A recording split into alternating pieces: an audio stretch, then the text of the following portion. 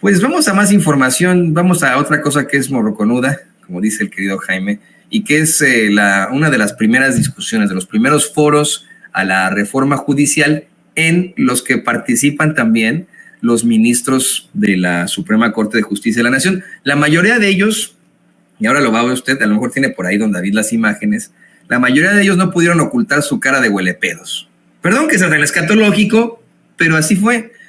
Llegaron al Senado con una cara de pocos amigos, con un evidente encabronamiento y frustración, y pues, disculpe usted, de verdad, disculpe mi escatología, pero llegaron con una cara de huelepedos ahí a casi que mentar madres. Esa es la realidad. Como la intervención de Margarita Ríos Farjat en este foro a la reforma judicial, que dejó muchos cuestionamientos, que dejó un muy mal sabor de boca para la Cuarta Transformación. Le voy a decir por qué. Porque Margarita Ríos Farjat, si no me equivoco, fue la secretaria de Hacienda, no sé si fue de Hacienda o del SAT en su momento, y fue la nominada, nada más y nada menos que por el presidente López Obrador, a la Suprema Corte de Justicia de la Nación. Y en un principio, pues evidentemente tenía, y hay que ser muy claros con esto, voy hasta cantinflar como Margarita Zavala, pero eso de que hay imparcialidades y que la justicia es ciega, pues así debe de ser, ese es el mundo del ser. El mundo del deber ser. Pero en el mundo del ser, por supuesto que como seres humanos pensantes tenemos nuestras propias ideologías, corre sangre por nuestras venas, somos subjetivos, no somos objetivos. Y ocurre acá en Estados Unidos y allá en México. Hay ministros de la Suprema Corte allá en México que son o conservadores o liberales, y acá hay jueces de la Suprema Corte que son o conservadores o liberales, que es lo que pasa precisamente con estos personajes que ha nominado Donald Trump y que hacen unas determinaciones que nos recuerdan, no sé, ¿no?, a la época de las cavernas. Pero bueno, le decía yo a usted, se suponía que había ministros con una ideología progresista o de izquierda o liberal, deje usted de izquierda o progresista, dejemos esos términos, una ideología liberal, y que terminaron siendo más conservadores que la vela perpetua. Mira nada más a Margarita Ríos Farjat. Primer tema: fortalecimiento de los poderes judiciales de los estados. Los estados son soberanos para diseñar su sistema judicial, pero hay casos donde los cargos son cuotas de partidos políticos. Sería de gran beneficio para la gente de cada estado que contara con jueces de primera instancia elegidos por examen y que los magistrados revisaran en apelación y fueran jueces ascendidos, con la posibilidad de que la ciudadanía participe en convocatorias públicas para integrar salas de constitucionalidad local. Bastaría una reforma al artículo 116 constitucional, utilizando adicionalmente incentivos fiscales para adoptar mejores prácticas y dotar de estabilidad financiera a la justicia local.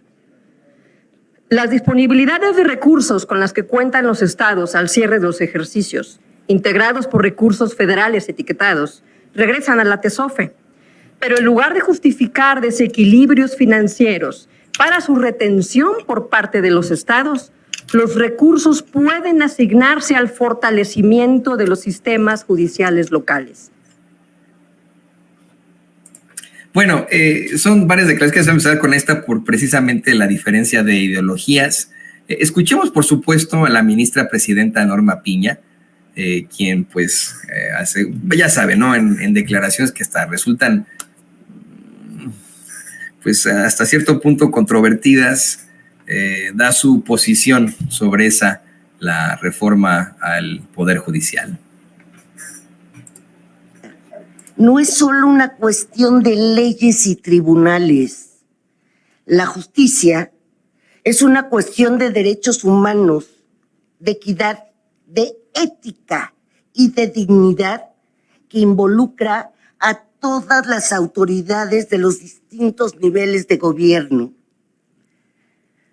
Resulta esencial decirlo con toda claridad. La justicia en México no es un monopolio del Poder Judicial. Lo resalto con la mayor vehemencia, con el mayor énfasis. Pensar en una reforma al Poder Judicial implica, como mínimo, reflexionar sobre el papel que desempeña como piedra angular para mantener la paz y la cohesión al resolver de manera. Bueno, ahí la cortaron porque ese es lo que sacaron por ahí del mismo Congreso y del Poder Judicial y etcétera, estos bytes. Pero mire, en medio de una serie de términos leguleyos, de palabras domingueras, lo que quiso decir la ministra presidenta es que pues ellos no están monopolizando la justicia, y sí, la están monopolizando. Mire, todos ellos, su escuela es el pensamiento del principio jurídico del dura lex, sed lex. Esa es la escuela del pensamiento de todos estos personajes que terminaron en los mejores puestos del Poder Judicial.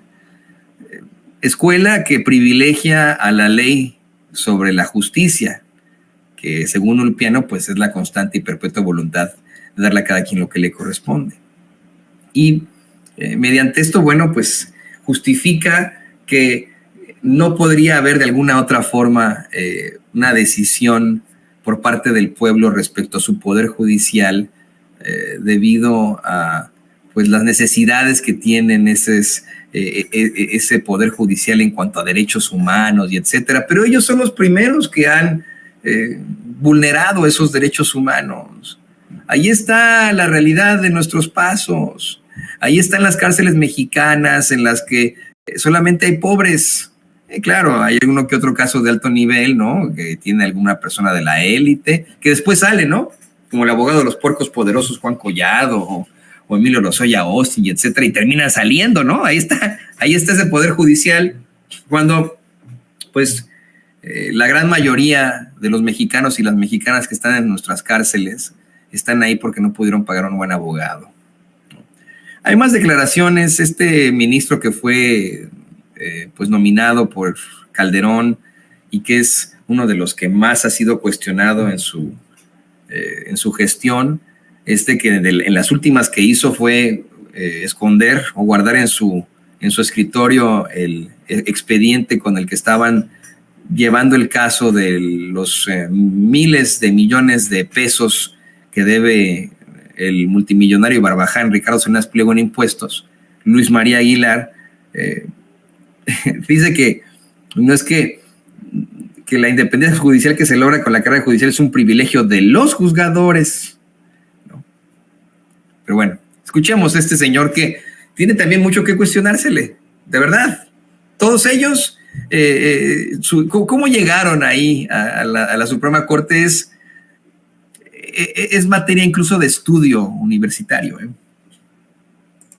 Y no es la independencia judicial que se logra con la carrera judicial un privilegio de los juzgadores. Es un derecho del pueblo de México tener jueces independientes que cumplan cabalmente con su tarea y con la independencia necesaria. No es una cuestión accidental, es una cuestión sustancial que los jueces sean independientes para servir al pueblo de México. El derecho a ser independiente no es de los jueces, es del pueblo de México que recibe el servicio de ellos. Es que la idea que quiere dar él es que de alguna otra forma jueces, magistrados y ministros elegidos por el pueblo tendrían que depender de algún partido político o algo así. Lo dice el hombre nominado por Felipe Calderón, que pues ha hecho determinaciones muy, muy cuestionables respecto a políticas de justicia social, que guardó en su escritorio este caso de Ricardo Salinas Pliego durante mucho tiempo, con el que todavía no ha pagado sus impuestos. Él habla, imagínese, de independencia. Déjenme, me río, ¿no? También están las declaraciones de Alberto Pérez Dayán, que mire, ahora se lo vamos a presentar, pero ante todas estas infames declaraciones, el exministro de la Suprema Corte de Justicia, Arturo Saldívar, les puso una, pero buena, una arrastrada ahí específicamente a la ministra Piña. Eso lo vamos a ver en unos momentos más. Y mientras ya casi cuando iba a hablar Saldívar, este cuate salió por patas. No sé si me lo puede poner rápidamente nada más cómo salió por patas Pérez Dayán, David, porque ahorita lo vamos a volver a poner cuando hablemos de Saldívar, ¿no? Pero fíjese, va a empezar a hablar Saldívar y mire cómo Pérez Dayán sale corriendo, pero por patas. Adelante, expresidente. Buenas noches. Buenas noches. Agradezco a los diputados Ignacio Mier y Ramiro Robledo. Es que hoy en día tenemos que tener mucho cuidado con lo que hacemos, porque todo queda grabado. Ahí están las cámaras por todas partes. Y o no quiso enfrentar lo que iba a decir Saldívar o le dio el chorrillo, Bueno, esos son postulados muy también escatológicos que están de más. Pero le decía, lo que dice Pérez Dayán es que, según él, la carrera judicial implica un servicio civil de excelencia, ¿no? Y que la militancia y el sufragio la desvirtúan, la destruyen. ¿A qué se refiere? Esto lo vamos a escuchar, ¿no? ¿A qué se refiere él? Es al postulado que tienen muchos de los integrantes del Poder Judicial, que llegan a ser jueces, ministros y magistrados entrando de principio y de lleno en ese Poder Judicial, ¿no? Estando desde el pasante que saca las copias y que lleva los portafolios y lleva los documentos a los despachos, hasta, pues ya saben, ¿no? Los oficiales de acuerdo, todos los secretarios, secretarias, asistentes y etcétera que trabajan ahí en el Poder Judicial. Dicen, bueno, pues es gente que es aquí del Poder Judicial la que tiene que buscar esa carrera, pero ¿cómo le decimos eso, ministro Pérez Dayán, a un pueblo que ha sido mancillado por todos esos funcionarios del Poder Judicial, que no cree en ese Poder Judicial? Yo insisto, por supuesto que en esta reforma judicial no se plantea que Antonio Ruiz, que no se ha titulado como abogado, yo estudié periodismo y estoy titulado como periodista, tengo mi cédula profesional, pero como abogado no me he podido titular porque fue durante la pandemia y miles de cosas. Ellos creen o quieren hacerle entender al pueblo que yo voy a poder ser juez, y no es cierto. Se necesitan ciertos requerimientos en cuanto a esta reforma judicial para que una persona pueda ser juez, magistrado o ministro. Y yo verdaderamente, si yo como mexicano no votaría por una persona, o sea, en primer lugar tiene que llegar con experiencia, ¿no? Tiene que llegar con su cédula profesional y etcétera, y una serie de requerimientos. Pero yo no votaría por alguien que no tenga experiencia en este ramo, y cosa que pues podemos definitivamente saber durante una elección. Pero sí necesito saber por quién voy a votar. Sí necesito saber quiénes son mis jueces, mis magistrados, mis ministros, como lo hago acá en Estados Unidos. Acá en Estados Unidos en agosto incluso votaré por el fiscal del distrito que me toca aquí en Kansas City. El fiscal, imagínense. Votamos por fiscales, votamos por jueces, revisamos sus antecedentes. Todos ellos, pues se sabe si son conservadores, son liberales, si pertenecen a algún partido político o no, qué determinaciones han tenido en otros ramos, cuál ha sido su carrera como abogados. Pues es lo mismo en México. De verdad, no va a ser que llegue ahí, yo me puse como ejemplo, pero pues que llegue don David, ¿no? Imagínense don David, que le ofrecieran a usted un puesto ahí de juez. No, pues no va a llegar don David ahí de juez, ¿no?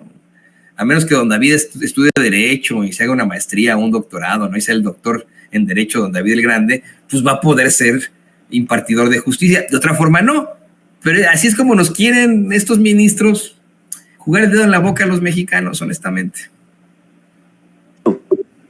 La carrera judicial implica un servicio civil de excelencia. La militancia y el sufragio la desvirtúan y la destruyen. No lo digo yo, ya se ha dicho aquí y mucho. Concluyo. La división de poderes y el sistema de frenos y balances de las funciones públicas caracterizan y dan fuerza a los regímenes democráticos modernos. México no debe ser la excepción. No debemos dejar pasar la inmejorable oportunidad que representa para esta nación esta valiosa iniciativa. Sumemos ahora sí la experiencia legislativa, la experiencia judicial e impulsemos la voluntad del Ejecutivo, de modo que los tres poderes, unidos como garantes, refrenden el compromiso del gobierno con su pueblo. Le digo, es muy cuestionable, pues, ¿no? Es muy cuestionable que traten de convencernos con esto. Ahora bien, en el pecado llevan la penitencia. Como abogados y como ha sido este poder judicial, nos hablan en otro idioma. Parece que están hablando mandarín o que están hablando ruso, escribiéndolo en cirílico. Así, ¿no? Con sus palabras mafufas, domingueras, con ese léxico jurídico que nadie entiende. Pues de todos modos, el pueblo de México que va a hacer la determinación de todo esto y que va a decidir tal vez en un plebiscito, ya lo decidió, ¿no? Pero el pueblo de México, que es al que deben de convencer para que ellos hablen con sus legisladores, pues no les entiende lo que les están diciendo, porque así son de obtusos, con ese lenguaje tan infame, ¿no? Que a mí eso es lo que me gusta mucho de las intervenciones que tiene en estos espacios el abogado César Gutiérrez Priego, nuestro gran querido compañero César Gutiérrez Priego, porque él pues, es un gran abogado, pero no habla con todas esas trabas y esa lexicología jurídica que no dice, güey. Otro día, ¿va? Por su parte, Alfredo Pérez Dayán, Alfredo Ortiz Mena, disculpe usted, este personaje que fue exhibido durante la elección al ministro presidente de la Suprema Corte de Justicia de venir de solamente perfiles fiscales, pues habla de lo que él es especialista, ¿no? Y dice que una reforma mal hecha afectaría la economía nacional. Pues sí, pero se ha estado revisando esta reforma hasta por debajo de la lengua. Esto es lo que dice Alfredo Ortiz Mena. Independientemente de su poder político o económico, la independencia judicial es la venda que le tapa los ojos a la justicia. ¿Es valiosa la independencia judicial para el desarrollo de una economía nacional? Sin duda lo es. Cualquier reforma al Poder Judicial debe partir de esa premisa. Una reforma mal hecha afectará la economía nacional, mientras que una exitosa potencializará el crecimiento económico. Es necesario hacer visibles las posibles distorsiones de una reforma de esta envergadura para discutir posibles remedios. Asumiendo que el poder reformador de la Constitución decide instaurar un modelo de elección popular de jueces y magistrados, es importante considerar el impacto económico de un mal diseño. Esto podría generar un costo para quienes usan el sistema de justicia, ya que no participar activamente en las elecciones de jueces y magistrados podría resultar en jueces y magistrados contrarios a sus intereses, convirtiendo la justicia en una subasta de jueces y magistrados. Bueno, le digo, estamos poniendo todas las opciones en contra de la reforma judicial, específicamente en el tema de la elección de impartidores de justicia. Fueron una serie de planteamientos encontrados, obviamente las ministras que se identifican con el progreso, más con la izquierda, con lo liberal, están a favor de una reforma judicial. Una, de hecho, habla de una elección escalonada. Ahorita lo vamos a ver, ¿no? Así lo plantea Yasmín Esquivel, quien, por cierto, ha sido atacada también por los fachos, hasta como no puede usted. Pero, mire, el jocoso ministro Javier Lainez Potisek nos explica por qué él considera que una votación popular no es la solución a los problemas que aquejan al Poder Judicial. Pues sí, ¿no? ¿A quién lo hubiera elegido a él? Esto fue lo que dijo. Como ya se ha señalado aquí, y como lo dijo la Margarita, No era, David, no. Ese es el ministro Lainez, muy jocoso, ¿no? Este es un video de archivo que tenemos ahí. Ya sabe que es muy jocoso ahí. Y así son las sesiones, ¿no? En la Suprema Corte de Justicia de la Nación, ahí de pura risa y risa. Y y de la Margarita y no sé qué.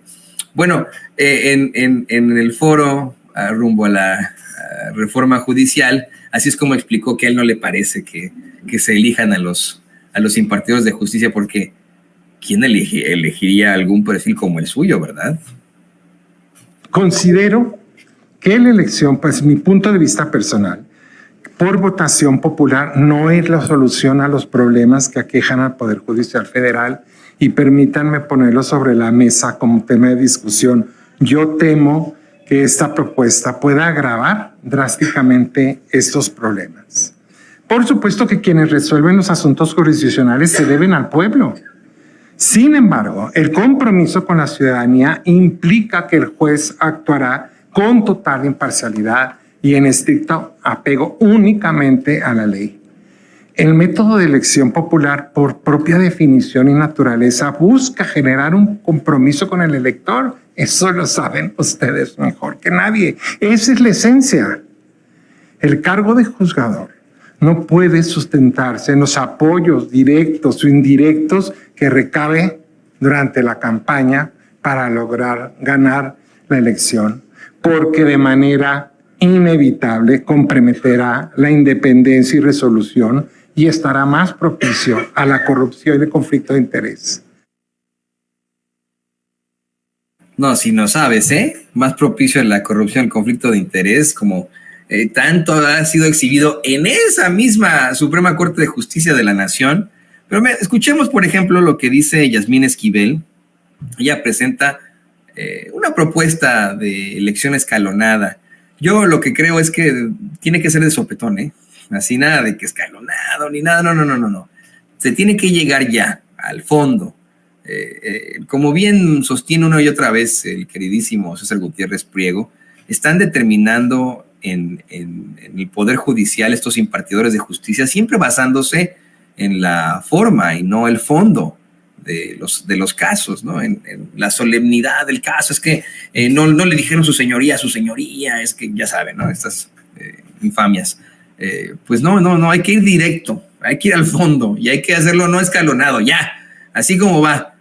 A convocar elecciones para sustituir a nuestros impartidores de justicia y que sean impartidores de justicia seleccionados por el pueblo. Mire. Requerimos jueces por elección popular, sí, y que quienes participen cuenten con la preparación jurídica y el conocimiento de las materias sobre las cuales va a juzgar. La elección progresiva, sobre la que gira mi propuesta, consiste en la aplicación de elecciones populares sucesivas para ir cubriendo en forma escalonada aquellos cargos que queden vacantes por distintos motivos, renuncia, muerte, retiro o cualquier otra causa. Tales posiciones se irán ocupando gradualmente por medio de la elección directa, que a su vez garantice los elevados estándares de calidad de quienes sean postulados. Ello permitirá elevar el nivel técnico y de competencia de todas las personas juzgadoras federales que cubran los cargos a partir de ahora para lograr la renovación total y de manera paulatina. Y mire, otra de las ministras que se identifican más con lo liberal y pues más que evidentemente, ¿no? Que es una de las principales promotoras de esta reforma judicial, que de hecho ha tenido sus foros con la gente, con el pueblo de México, es Lenia Batres.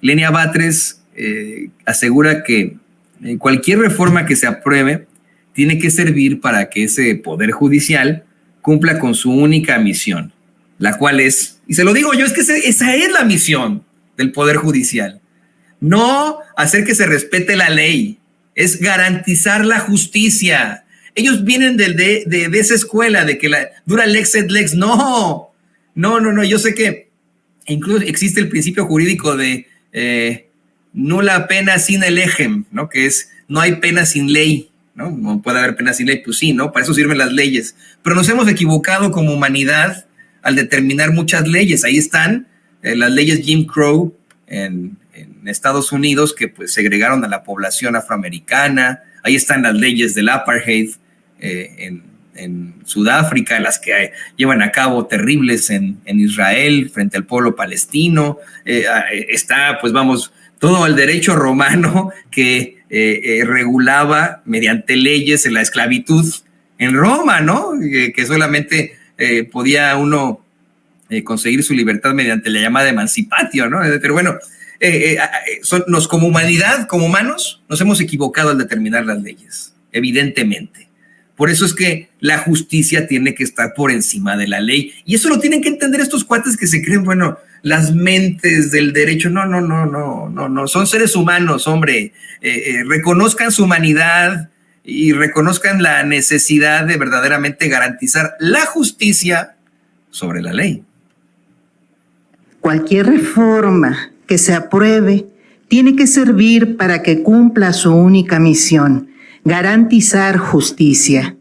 Hasta hoy ha fracasado en esa labor. La reforma que se propone plantea 3 temas: elección de personas juzgadoras, sustitución del Consejo de la Judicatura por un tribunal de disciplina y un órgano de administración, acatamiento del límite de remuneraciones previsto en el artículo 127 constitucional.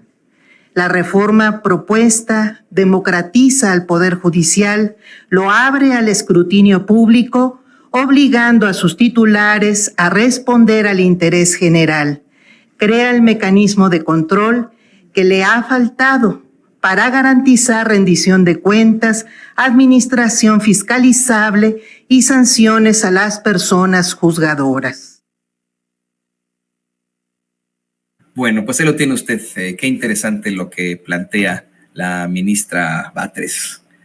Y bueno, le digo, este fue el foro, un foro en el que pues estuvo bueno el agarrón, ¿no? La verdad estuvo bueno el agarrón, estuvieron buenos los postulados, medio aburrido al escuchar a los ministros ahí hablando en su mandarín, ¿no? O en ruso y escribiendo en cirílico, ¿no? Cirílico jurídico, pero estuvo interesante. Le voy a pedir al equipo que nos grabe.